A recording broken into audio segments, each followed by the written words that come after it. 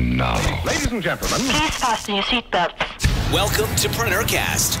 Business cards being swapped, beers being drunk. Can I say a nasty word? Can I say procrastination? With Pete Williams and Dom Gocher. how well did that go down? We can talk about that entire thing in a very another rant and soapbox episode if we want to. Visit us online at preneurmedia.tv. Hello everybody and welcome to this week's episode of PreneurCast with me, Dom Goucher, and him, Pete Williams. Hey buddy. Hey, how's it going? Very, very well. Crazy busy as always as we head closer towards our next Florida catch-up and trip, which is very exciting, but all good things are happening. Yeah, there's a fair amount of logistics involved in what sounds like a simple exotic trip away, doesn't it? Absolutely. Yeah, but, should be a good trip as always. Yeah, really looking forward to that. And just something that came out of that, actually, just out of interest, we get a lot of people asking us about the podcast and about how we do it, both from a kind of what we call mechanics point of view, and also from a where do we get our ideas and how do we plan it and all that. Now, the technical mechanics side of it is a little bit involved, and maybe I'm actually going to publish something inside of our Preneur Platinum membership area about the mechanics of this podcast. So the Preneur community members that are kind of signed up to that will get an insight into how we put these things together. But just to give some people an insight, Pete, there you were talking that a lot of things going on and a lot of things happening, and people say, how do you fit in all these podcasts and how do you plan them out? And we told a couple of people this, and they don't really believe us, but we do really just kind of get together at the beginning of the week and we say, hey, what's on your mind? What do you want to talk about? And one of us will maybe suggest a topic, and we might maybe discuss the kind of headline points we want to cover. But after that, we really do just call each other up and talk about things, don't we? Yeah, is that the magicians, pulling the curtain back and giving away their secrets there, or? I don't think so. I mean, I'm me. I'm into my Penn and Teller. I'm into my showing people how things work and the secrets and things. But I don't think there's any great secret to that. I think it's a big plus to people to know that we can do this. I mean, we get some fantastic feedback from people about the quality of the show, the content, the delivery, everything. And I think a lot of people think that takes a lot of effort to put that kind of thing together. But hopefully people are seeing that if we can do this just by having what I like to think is a bit of a friendly chat, then other people can do it too. Yeah. So absolutely. we're all for that. We're all for that. Leverage, leverage is what we're all about. It's what this podcast is all about. It's getting the most from what you've already got, or from the least amount of effort. And I just wanted to point that out. It's just an example of how we went. We went the long way around this. We looked at planning things out, coming up with complex ideas and ways of getting things planned out. And in the end, we just ended up bringing each other and talking about something. Yep. Cool. Which is engaging, it's fun, and people seem to really enjoy it. So, and it's easy for us too, which is important. Low friction. That's right, low friction. So on the topic of talking about things on the show, what are we talking about this week? I thought it might be a good conversation to have around media manipulation. I know a lot of people are sort of really excited about the prospect of getting PR and publicity exposure for their businesses, and off the back of, I guess, a few things that have kind of happened recently, I thought it'd be a good chance to discuss, how the actual landscape of publicity has changed quite a bit. I know we mentioned Ryan's book, recently on an episode, Trust Me, I'm Lying, by Ryan Holiday, which is a fantastic expose, if you will, about the current media landscape and how it applies. And I spoke recently at one of Australia's premier business conferences, Business Blueprint, put on by Dale Beaumont, who's a friend of mine for quite a few years now, and spoke at his event around this topic. And I've actually been able to get a bit of media exposure, quite using some of the stuff we'll chat about today in the show, for a passion project of mine over the recent weeks, more so than traditional businesses. So I thought it's a good sort of topic to talk about. There's a lot of changing in the landscape, and just wanted to make sure people understand how the media is changing these days, and how they can sort of use it to their advantage in their business's exposure. Cool, because I'm really interested in this topic when you talked to me, mentioning it before, because I think really the first time I ever saw you speak was when you did a conference piece about getting PR, interfacing with the real world media, and that blew me away. Being an online person, my business being predominantly marketed online. This idea of going away from the online and onto the real world. But yeah, you recommended Ryan's book to me. We both read it. We were both blown away by it. But it did raise this thing that hopefully you're going to talk about now, which is that things are changing out in that landscape. And I think that there's in a way even more opportunity now. Yeah. Well, absolutely, and I think the opportunity part is a perfect sort of stepping stone to sort of explain this whole change that's happening with the media. Is that when was the last time you, or even a listener, asked yourself this question? When was the last time you picked up a traditional newspaper, or even technically a magazine, a physical magazine, to get your news, whether it's just general world news or it's news around a specific niche topic or industry that you're involved with? For most people, it's very, very rare to physically pick up a newspaper these days. Is that a fair statement, do you think? Certainly anybody that's in the kind of work or even demographic that we're in. Saying that the people who work online, it's kind of grouping people into too small a group. I think there's so many people nowadays, and you're absolutely right. I mean, yeah. There's actually a newspaper on the table next to me right now. I mean, I'm visiting with friends. It's weird. Yeah, but I'm not going to pick it up. I will still not open that newspaper. I've got my iPad with my news feeds. I've got my my Google Reader feeds and things like that. So yeah, physically picking up a piece of paper and kind of flicking through it now just seems pretty strange, really.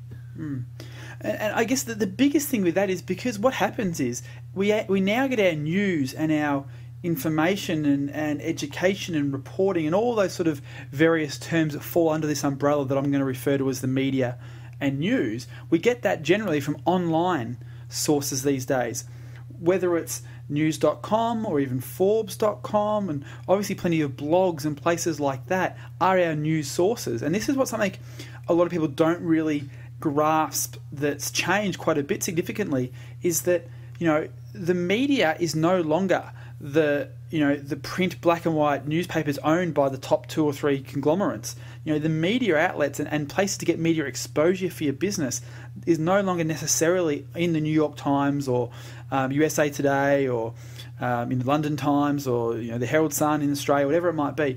There's if you're wanting to actually get exposure to generate sales, they aren't great places to go, because the people are generally, looking at blogs and their RSS feeds and places like that to get their news and their advice type information.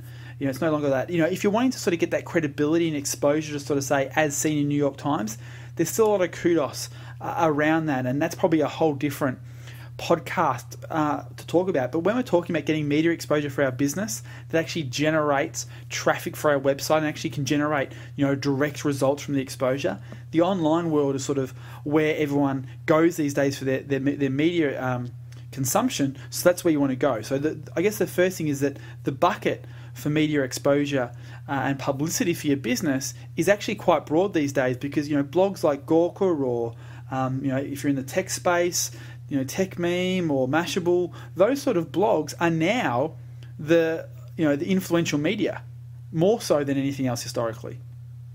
Yeah, it is. I mean, there's been it kind of accelerated over the last few years, but it's really prevalent now to me. It's really obvious now to me. The places like Mashable, there have been a couple of times in the very tech space in the last few years that certain sites can have a significant impact on traffic. It used to be in the very, very tech world, Slashdot. Yep. If anybody mentioned you on Slashdot, you'd better upgrade your server because it was going to melt. But that was very technical, very, very deep technical stuff. But now Mashable is a huge generic site. and sites like it, and they are becoming, like, almost the New York Times of the web, with their level of influence and their level of cachet, as it were. Absolutely. So yeah, I can completely see what you're saying there. I totally agree with you. So every niche, every industry has these 2 or 3 very highly influential blogs or websites that sort of drive the conversation and the thought around that particular space. So what you first have to understand is how the old media used to work and how media's changed from a business model perspective, because that'll actually adjust how you can positively manipulate the media. So historically what used to happen was there was a relationship there that had to be fulfilled from the newspaper or the magazine. And what I mean by that is that newspaper had to deliver value every single day to the reader, otherwise they won't come back to the newsstand the following day and spend their $1 or $2 to buy the newspaper again. So it was very much in their priority to deliver high quality reporting and journalism to keep that relationship strong with the reader. Whereas with the media today, when we look at the primary source of news and exposure being web-based, the model is completely different. The model's based on ad impressions, because you're not paying to consume these blogs directly in most cases.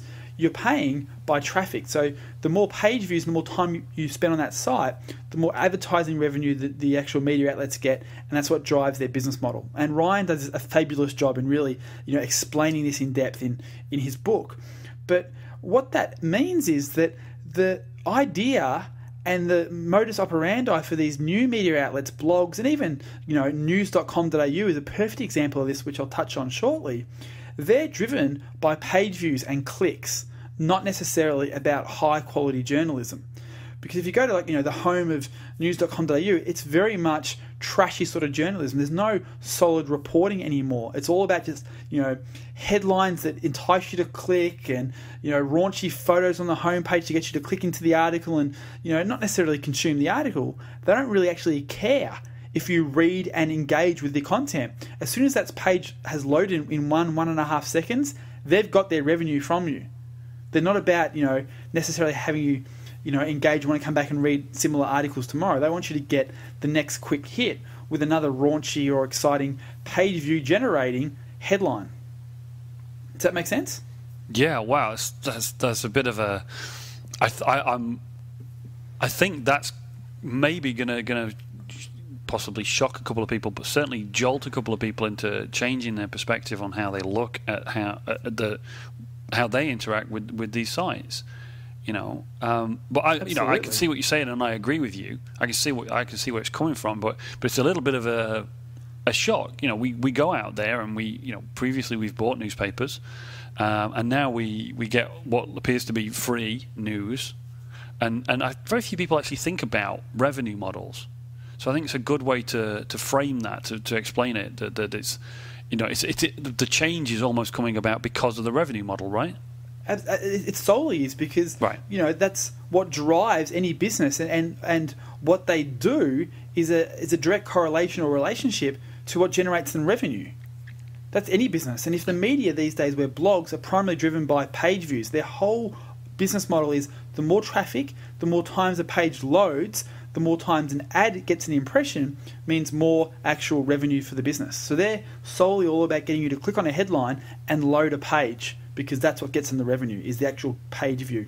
Yeah. So this is in contrast to traditional newspapers, where they wanted you to see the big front page headline because they wanted you to pick up and buy the newspaper, and it was a one-shot deal to get a one purchase of one newspaper, right? And this is where I think for journalism, a lot of these paywalls that Rupert Murdoch is talking about, and a lot of newspapers are putting in place now, where you have to pay a subscription to actually get the content online now. I think that's actually a good thing for journalism, because if I'm going to pay my $7 a month even to subscribe to New York Times or news.com, whatever it might be, the actual objective now for the media outlet is to deliver me $7 worth of value. So they have to make sure they give me quality articles that engages me to keep my subscription. It's not about page views anymore. It's about them delivering me a value in return for my $7.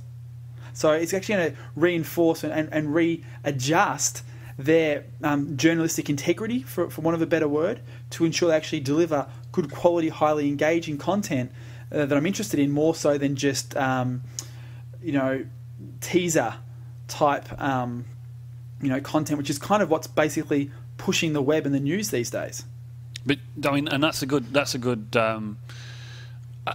approach and a good way of describing how you can deal with this, what potentially might degrade the quality of journalism.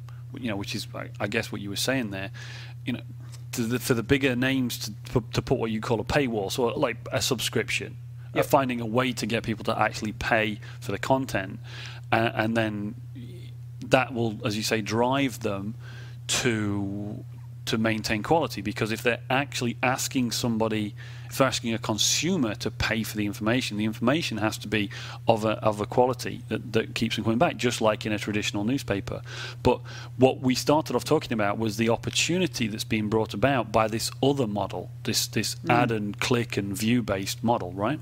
Yep. So let's delve into that and say, okay, this is fundamentally, until the paywall becomes the default right now is page view media. That's what the media is these days. So how can we actually, play to that as a strength for us to actually generate exposure for our business? Well, obviously, the whole modus operandi of these media outlets these days, whether it's a small blog, a large blog, a website, whatever it might be, is to get information on their webpage that's going to entice clicks. That's all they're trying to get, is these things that are actually interesting enough to get people to click on them. So obviously a lot of this reporting these days is second-tier reporting, not first-tier reporting. Because historically it was the newspapers that broke the story. But with things like Twitter these days, it's very hard for a newspaper to actually break a story without, potentially having egg on their face. They still have that, brand integrity. They have to actually somewhat verify the story before they post it. Or otherwise, as you see quite a bit now, is they don't really say anything in these online websites. It's more like, did this just happen? Was this the case? They're never actually saying, if you read a lot of these articles these days, solid, researched, confirming arguments. It's all sort of like this sort of, we never actually said that this affair actually happened. We just asked the question. So you can't judge us for not giving solid reporting, because the article was more like, did this person have an affair with that person? So it's never actually, this generally happened. So they're very much more tabloid-based articles these days, because that's what generates the page view. So from our perspective is, then obviously if we can serve up to these media outlets a story that we can prove or have history and data to back up that generates impressions, they're going to be more likely to actually, run with that story and talk about that story, because their job or their goal these days is to ride the waves of interest, because it's the interest that generates a click. So if you can, take a story that has already been discussed, or you can prove there's actually some interest in that story, it's even easier to get that exposure these days, because again, unlike traditional newspapers where they had 47 pages and then that's all they had, space for newspapers, websites these days, they can just pump out as much content as they want, and using, very, very high, highly technical sort of aggregators and algorithms and continual split testing, they can actually, like on the fly, bump up the story and the size of the font of the headline on the homepage of places like news.com.au or New York Times or Forbes, whatever it is, based on how many clicks and impressions it actually gets. So these new websites and media outlets, their site and the headlines that you see above the fold and the imagery is just based on an algorithm, what's going to get the biggest click or the most clicks. It's nothing about the actual quality of the article or the integrity of the article. It's about which image and which headline is going to get us the most clicks. That is what's prominent above the fold. Okay. So you said there that if we give them a story that we've got some research for, some figures about, that kind of thing. I mean, could you give an example? Yeah, there's plenty of examples. Let me give you like a really sort of rudimentary example that has happened to me recently. Basketball in Australia, in the country here at the moment, is going through a big change. It's probably a politically correct way of saying it. There's a lot of issues with the National Basketball League here in Australia and the financial stability of the clubs and the league. And obviously this isn't the podcast to talk about that. But I wrote a couple of quite in-depth blog posts 4 years ago now, 2008 and 2009. These blog posts were, and Andrew Bogut, who is an Australian basketball player who plays in the NBA for the Golden State Warriors, and he was on Twitter a couple of weeks ago now. It was tweeting really briefly about the state of basketball in Australia, and I shot him a message and said, "Hey, dude, check out these posts that I wrote a couple of years ago. They're relevant to what you're talking about right now." And then he tweeted just a couple of minutes later saying, to Basketball Australia, the chairmans, the board, all the NBL clubs, make sure you read the next two links I'm about to retweet. This guy's hit the nail on the head, something along those lines. And then his following tweet was links to my two articles, which is really cool. And, in its own right, that was some great exposure for something that generates me no revenue at all, but is something I'm very passionate about, and I want to sort of help the sport in Australia. Yep. So that generated a lot of conversation on Twitter. I think someone referred to it as a shitstorm, which is really cool. A lot of conversation, a lot of traffic, a lot of at messages and bits and pieces like that, which is really, really cool. So then what I was able to do is to sort of strengthen my position as a commentator on this issue in Basketball Australia from a marketing perspective. That's how I tied it back to my brand, is I took that and was able to leverage that into some other media outlets who are more traditional than obviously Twitter, some podcasts and some blogs and even some radio interviews, and was able to sort of say, well, look, this story is really hot right now. It blew up on Twitter last night. It's really important. Here's the proof that people are interested to talk about it. Go and check out the Twitter stats and go and check out the conversation on Twitter.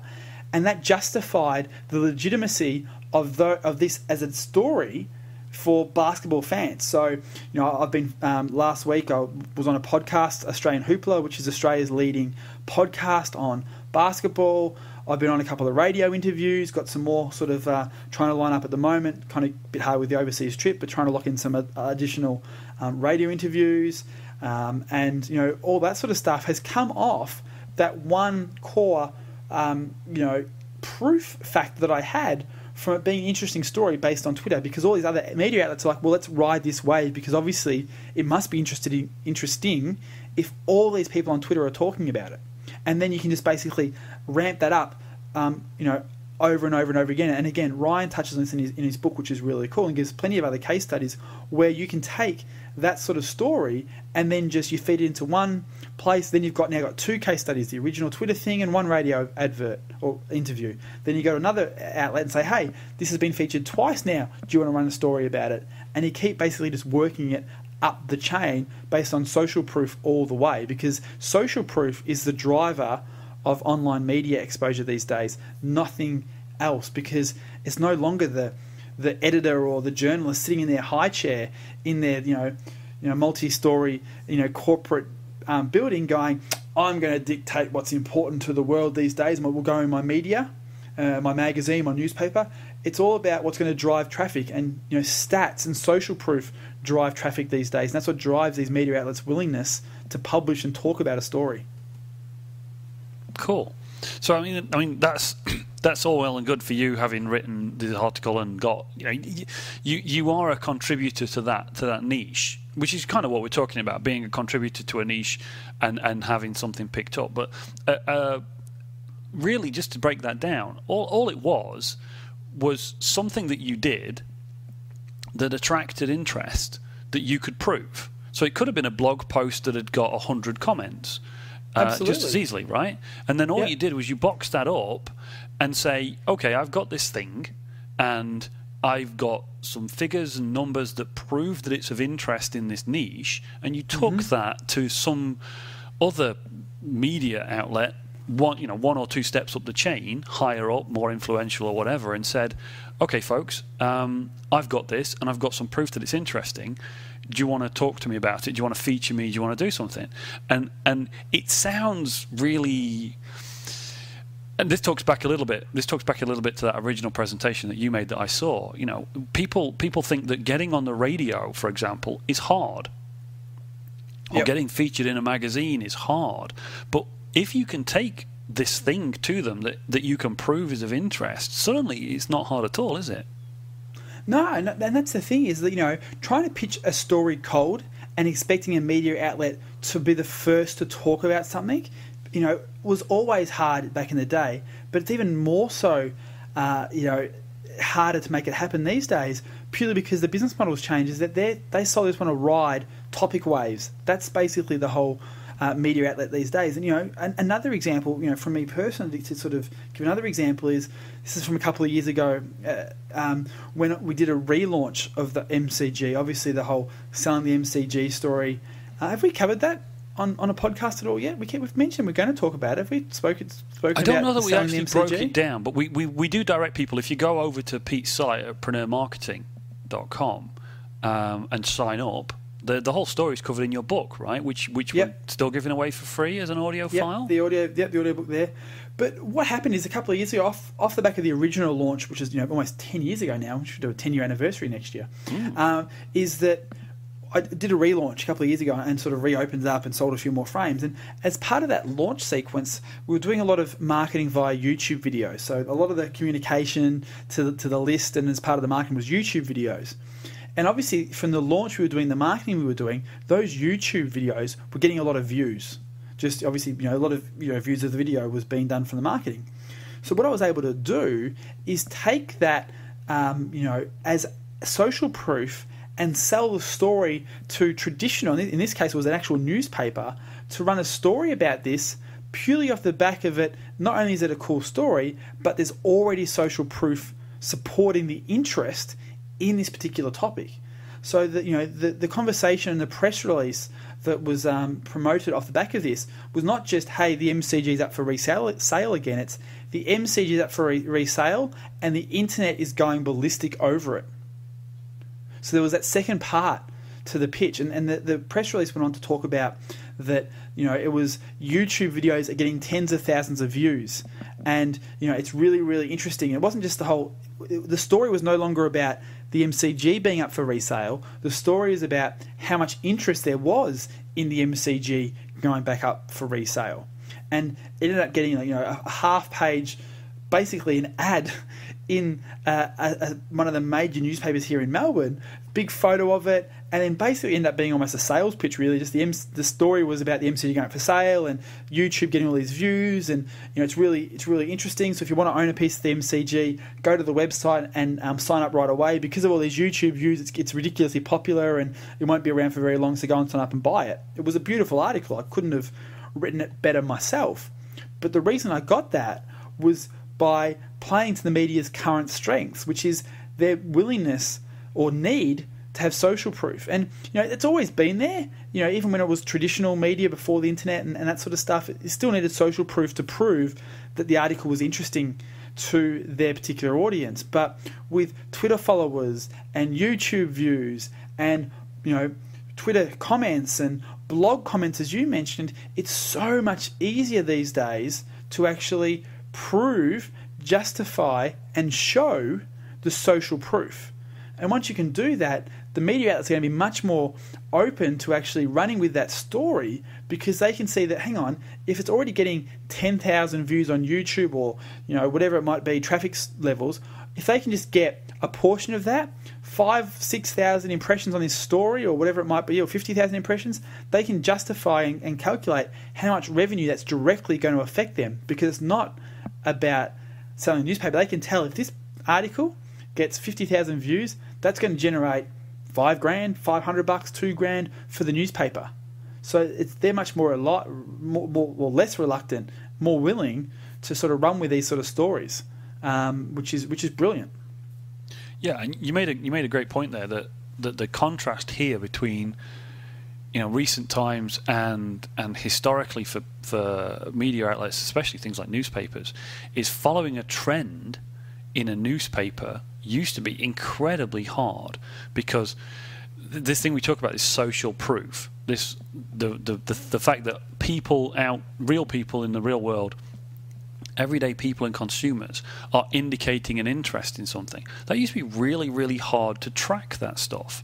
But now, the examples that you gave and I gave with things like people following you on Twitter or people commenting on Twitter, or this, if you're really into Twitter, this thing that they use a hashtag to indicate that you're connected to a story, or just as simple as comments on a blog post, people interacting.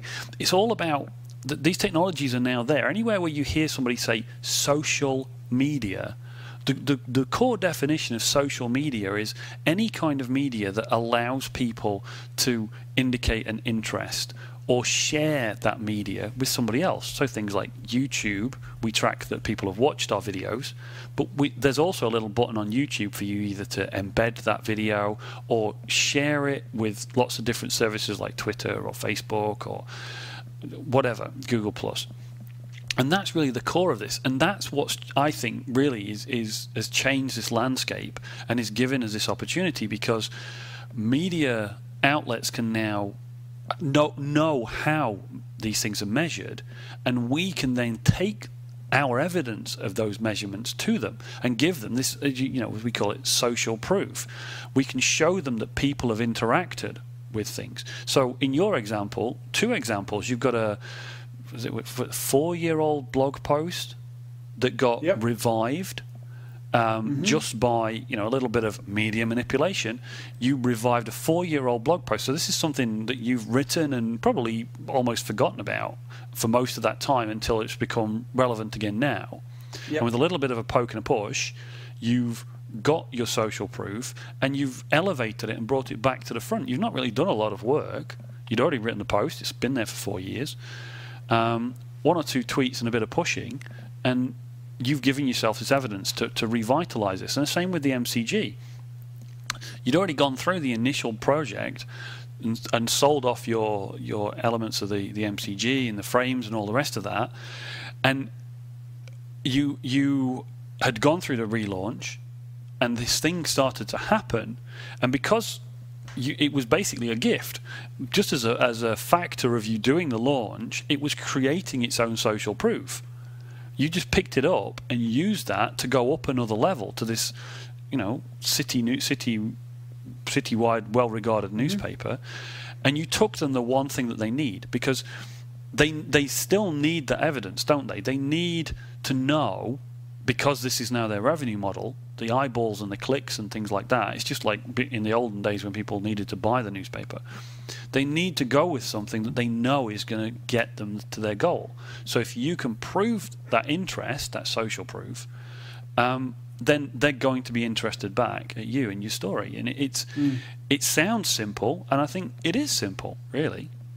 Absolutely. Well, let's talk about in a moment, sort of, how this can apply for everyone and give them some good takeaways. But just to sort of, I really want to reinforce how much the media has changed. And I'm looking right now as we record this show at news.com.au, which is part of the Murdoch's News Corporation, and is probably considered Australia's leading online news site. Now, you can define leading a lot of different ways, but in terms of traffic and visitors and that sort of stuff, news.com.au would be the highest, if not one of the highest, visited websites in Australia. So right above the fold, right now, there's one advert for a telecommunications company, one of the carriers, and then there's 3 stories above the fold. One is about Ford, the car manufacturer, who's looking at closing down some factories. So that's, to me, that is real news. That's sort of traditional, news, which is great. To the right of that, there's a video about cats. I kid you not, there's a video about cats. Hey, videos about cats are always going to get clicks, mate. Well, so this is about the... Put it on a national newspaper site, seriously. Yeah, hidden cameras expose the seedy underbelly of the domestic feline world. So there's going to be a video here just showing how cats go about their lives with hidden cameras. So that's above the fold on the home of news.com.au, Australia's leading news website. We've also got an article above the fold on alligators who catch fish jumping straight into their mouth. Again, completely random. Then we've got a big photo of supermodel Miranda Kerr, who's just relaunched, or David Jones, one of our biggest retailers here in Australia, and there, and she's there doing a fashion parade. So right above the fold, we've got a photo of a model in a bikini in a swimwear. We've got 2 videos, one about cats and one about alligators, and then there's one news piece about Ford. If I scroll down, we've got another article about a cat woman and her vendetta against cats. We've got a video about a guy who's helping his 19-year-old dog with arthritis.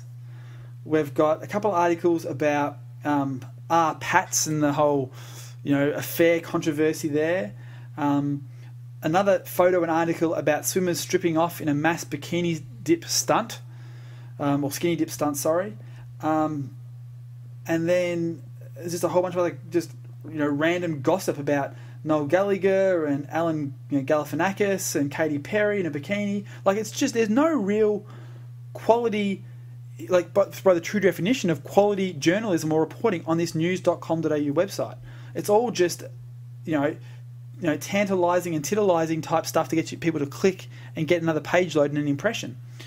So to take this, now we sort of hopefully understand the context of how the media has changed and how we can use that to our advantage. Well, as we sort of touched on, if you're doing a launch of a product, if you're writing blog posts that are even remotely controversial in your particular space, and you can take those with the social proof that you've generated, be it page views or blog comments or YouTube views or Twitter followers or retweets or comments of a hashtag, whatever it might be, and you can start working that up the media chain. It's very, very easy to get continued exposure on the way up. And I wouldn't necessarily take the YouTube video with 10,000 views and go straight to the New York Times or something like that and expect them to write about it. But if you can take that and get a low-level blog, somewhere in the lower levels of that particular niche or industry, to write about it, because they're obviously going to be more flexible and easier to reach and have that different sort of style of reporting. They don't need the global type social proof. They just need industry or small community social proof. So they're going to be much more open to sort of sharing it. And with the basketball story, obviously trying to go to some of the national media outlets and expect them to write an article off the back of a tweet by Andrew Bogut is possible, and I got some radio exposure off that straight away. But I've gone to some of the smaller blogs and podcasts and then got them to talk about it. And then I'm going to take that and take the original retweet and the blog posts and the podcast there, and then move that up the chain, because the more different outlets, and I'm talking about blogs and web pages are outlets that talk about the story, the more social proof it has. It's not only just really engaging on YouTube, but now it's also engaging on YouTube and a whole bunch of low-level industry blogs and podcasts that I can then use to continue the conversation and move it up. So this is what I encourage people to do in their space, in their industry. Whatever it might be, take something that you've generated social proof around and move it just to a small blog, to a small sort of report or newsletter on your or in your industry, and then slowly use that and climb the ladder with more social proof and stats as you go up the chain to the larger national newspapers and organisations.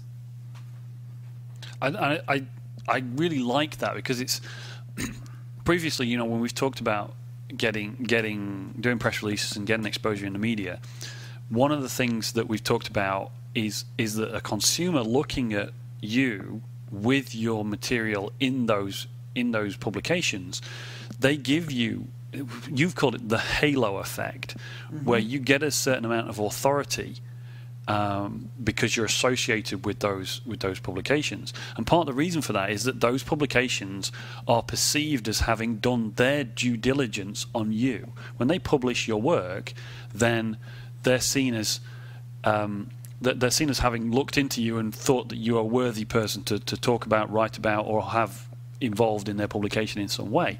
So all you're doing is just using that principle again there, as far as I can see. But now what you're doing is you're actually using each level of media to prove yourself to the next level. Once you've got an initial social proof of some views or some comments or some feedback, you can take that and, as you say, move up the ladder a step and go to the next level up and use the kind of simple, maybe one form of evidence and social proof to get you included in a lower level blog or a podcast or whatever. Then you've got your original social proof, plus now another media outlet that's giving you that due diligence effect as well. It's another kind of social proof that will then be more respected as you go up the ladder to the next level, yeah? Absolutely. So we're sort of getting close to time for the show, but let's sort of talk about, because I know there's probably a missing piece in this puzzle for people right now as well. You know, once I've got that little social proof, how do I approach those other blogs and media outlets? Oh, wow. And I think there's probably two ways to do that. And, you know, traditional press releases still work. There's no question about that. So somebody who either says, A, press releases don't work, or says cold press releases do work, are both wrong. So press releases in the overall sense of the word do still work, and I still use them. However, I do not use them as cold devices anymore. And what I mean by that is a cold sales pitch to a journalist to actually, come up with the angle for the story, or just, off their own bat, trust the relevance of the story, do not work. So even some stuff I spoke about, 2, 3, 4 years ago, no longer works today because the place and the industry and the landscape has changed. Wow. But a press release proving and supported by social proof still works. So that YouTube example that I spoke about before, I wrote a press release and got the exposure off the back of a press release. But the angle of the press release, as I mentioned, was not the MCG's going up for sale, write a story about it. It was the MCG's going back up for sale, and YouTube and the internet are going ballistic about it. There's a big difference in that. So the actual angle of the story was supported by social proof. So I think be wary of people who say press releases don't work or cold press releases do. They're both wrong. It's warm, socially backed press releases will still work. Yeah, and I think that's a great thing to say because, as you say, 3 years ago, just sending out a press release about a story and basically you're pitching that story was the way to go. But now, and I think it's a really good example you give, is you're actually almost pitching a story about a story, aren't you? Because that social proof shows exactly that people are interested in the actual story already. Yeah. And I think the other way, if you don't feel confident writing a press release or things like that, is to go and get someone in your community, a friend, a fan, a supporter, who's wanting to help you with the cause, to send emails on your behalf. So, the third-party endorsement. That's all publicists were, or still are, is that they're third-party people that are there to get you in the door and your story sold to journalists. So having a friend email a blog or a website and say, hey, this is a friend of mine, or you can leave out the friend of mine angle if you want to, and say, hey, this story is blowing up on YouTube or on Twitter. You should think about actually sharing it or writing about it or telling your community about it, because it's a really important issue that I think is worth talking about. And don't lie and don't sort of get someone who's got no interest in this space send emails for you, because there's an integrity issue there. But if you've got a good community and some good friends and some followers who are wanting to support you and support your cause, they should be more than willing to send a couple of emails to other places and other blogs in your industry to help sort of prompt that along. Cool. That's a great tip. I love that one because I think a lot of people are afraid of, as I said before, people think that it's difficult to get on the radio or they think it's a different world, and I know a lot of people are afraid of this idea of press releases, but informing the press about your story is really what we're talking about, rather than press release in an absolute fixed and formal way. Yeah? Yeah, exactly. I think if people want to sort of see the darker side of all of this, is check out Ryan Holiday's book, Trust Me I'm Lying, Confessions of a Media Manipulator. And I think he's the first to put his hand up and say some of the media manipulation he did was very much in that grey and black zone, and definitely that sort of darker definition of the word media manipulation. There's no question about that. But it's a really interesting read, very well written read, exceptionally well researched read. That I think is definitely sort of something to get a grasp of this, because if you're wanting to be doing PR and publicity in your business right now, there's no better book to read than Ryan's at the moment, because it really does uncover a lot of stories and a lot of sort of examples about how the media landscape's changing. And I've been lucky to sort of be on the inside of this change, and be able to sort of speak to good people and see war stories as they were developing, and be able to implement them in my business. And that those two are just some of the examples that I've been able to luckily enough to be sort of implement over the last couple of years. But Ryan's book is sort of a great expose on all of this, and I think it's one of those books I think is definitely worth reading if you are in that marketing space and want to actually look at this for your business, because most of the methods that have been speaking about, or have been spoken about, or are still being spoken about, are based on the media and their old business model, and people aren't changing their education in line with the way the business models are changing, which is very, very sad. Yeah, it's somewhat ironic, really. I mean, we do find this a lot on the internet. The internet moves incredibly quickly, but very often the information about the internet doesn't keep up with it, right? Which I think is a topic for a whole nother show. Yeah, you're absolutely spot on. Yeah, but that's great. I mean, I love that. That's a great update on something that we've talked about for a few years now. Back when you originally published your Going Analog course, which was very heavily focused towards that. This is a great update on the core message that's inside that course, and I think the core message is still valid. The opportunity that's there and how to approach it is still valid now. But this is just an extra bit of kind of an update on the industry, and I love the examples, and I think hopefully we can get some links to some of those things that you talked about, just so that people can go back and look at them for themselves and just see, that it's really that straightforward. This 4-year-old blog post or whatever. But no, you're right though, in terms of the way to communicate to the media was something that we were talking about 2 or 3 years ago, particularly in Going Analog, and people can check it out at goinganalog.com, and that's analog spelled with a UE on the end, the English spelling of analog. So goinganalog.com. I'll put a link in the show notes for that one. Oh, cool. But yeah, so this is stuff that we were talking about and testing and refining and learning and implementing and then sharing the results with for a couple of years now. And it's really good to see that it's being proven and justified by other people, which is really cool. Yeah. So I mean, we're at time. That was a great show. Really, I love getting your perspective on things, because you're right. You do have a bit of an insider track on this stuff, and you're able to talk to some interesting people and experience it from the other side. But have you got any action points for anybody for this week? Well, I really do think there's probably 2 action points, and I know I'm kind of pushing Ryan's book quite a bit, and we do talk about books on the show here, but I really found Ryan's book one of the best reads this year. In terms of a newly published book. I've read some other great books this year, like I think I spoke on last week's show about the 48 Laws of Power. It's a great book, but it's obviously a few years old. But I think as some of the must-read books from this year, I think Ryan's is definitely up there. I'd agree with you. Go out and grab that book. Whether you want to get it on Kindle or hardcover, whatever you want. The book's past its launch date now, so I'm not sort of doing this to help him hit the New York Times bestseller list or anything like that. Is it the Wall Street Journal top seller list and all that sort of stuff. So go buy the Kindle book, even though it doesn't directly affect his New York Times lists or anything like that. That's completely over now, but just grab a book however you want to. I think that's worth reading.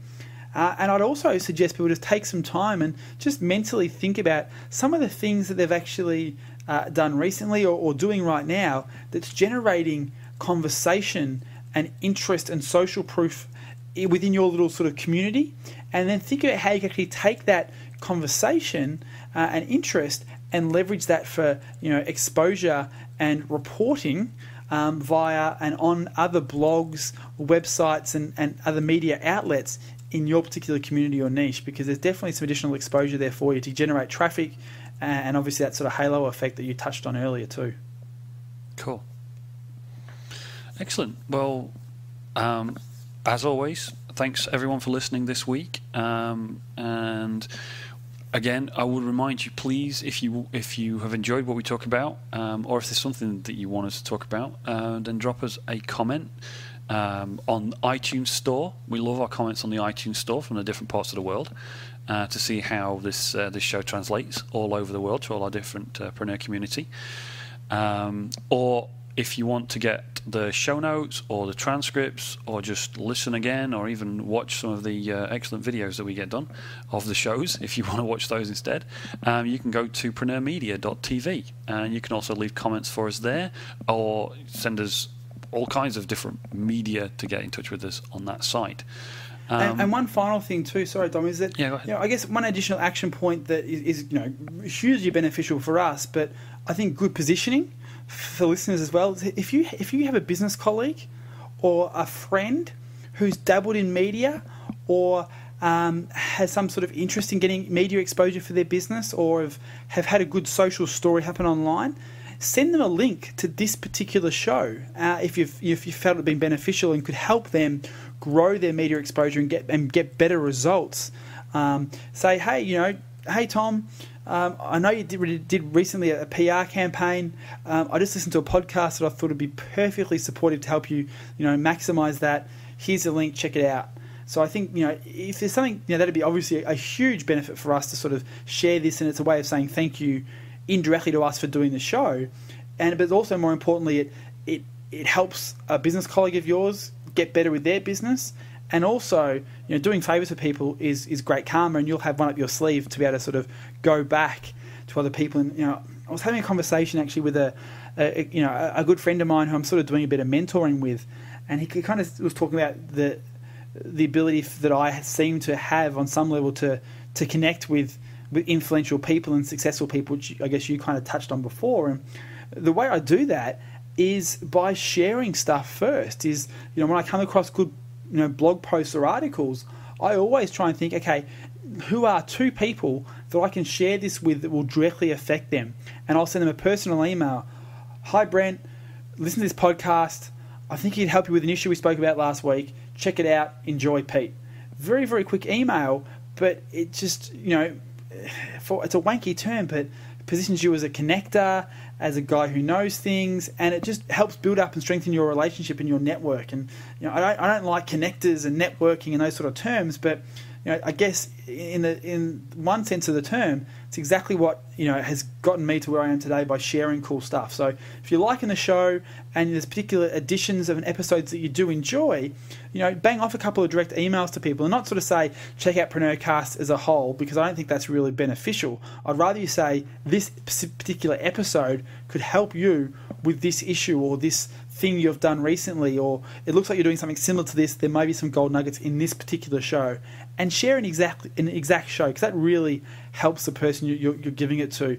By all means, share PreneurCast as much as you want, but to really give and add value to your community and your network, send them specific episodes that will actually help grow their business and their lifestyle and their marketing, because that's what really helps.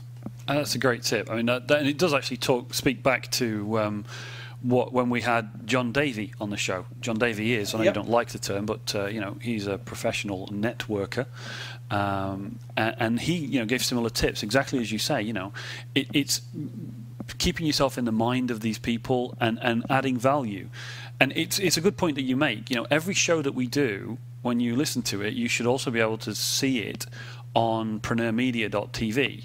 Either on the homepage because it's the latest show, or back in the archives.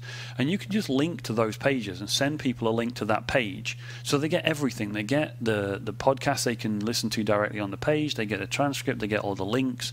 And it's a great way to add value. You've curated this information, you've seen the value to them, you've identified it, and you've forwarded it on. And this is something that John talked about in that podcast. So if you want to listen more about that, so that we don't go way over time on this podcast, go back on PreneurMedia.tv and have a listen to the show with John Davy, where he talks about how he's built his network of people and how he maintains it.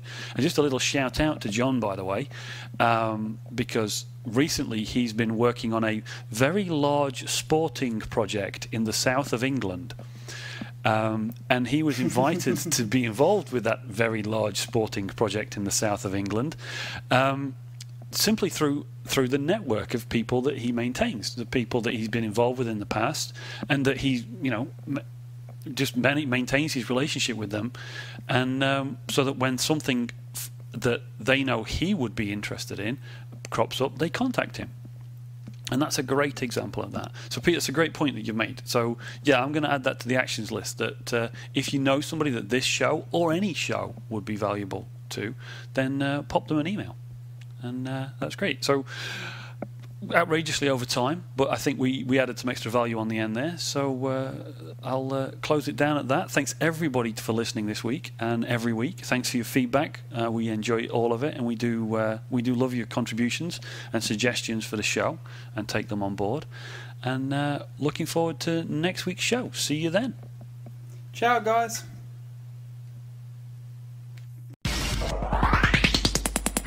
Been enjoying another fine episode of PreneurCast with Pete Williams and Dom Gocher. Make sure to hang out with the boys online at PreneurMedia.tv or drop them a line via PreneurCast@PreneurGroup.com.